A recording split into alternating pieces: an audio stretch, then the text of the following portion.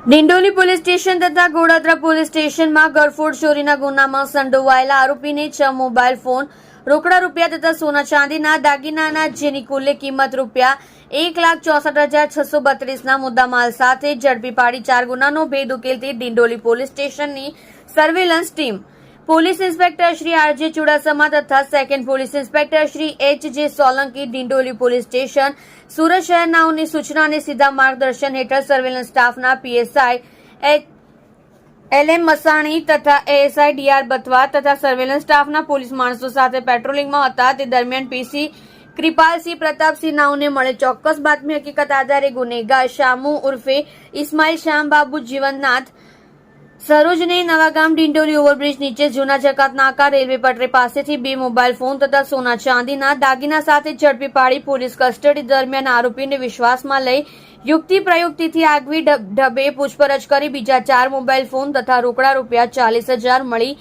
આમ કુલ્લે 1,64,632નો મુદ્દામાલ રિકવર કરી ડિંડોલી પોલીસ સ્ટેશનના ગરફોડ ચોરીના 3 તથા ગોડાદરા પોલીસ સ્ટેશન ગરફોડ ચોરીના 1 ગુનાનો ભેદ ઉકેલી પ્રશંસનીય કામગીરી કરેલ છે. તમે જોઈ રહ્યા છો કેપી ન્યૂઝ ચેનલ રાહિલ શેખની સાથે.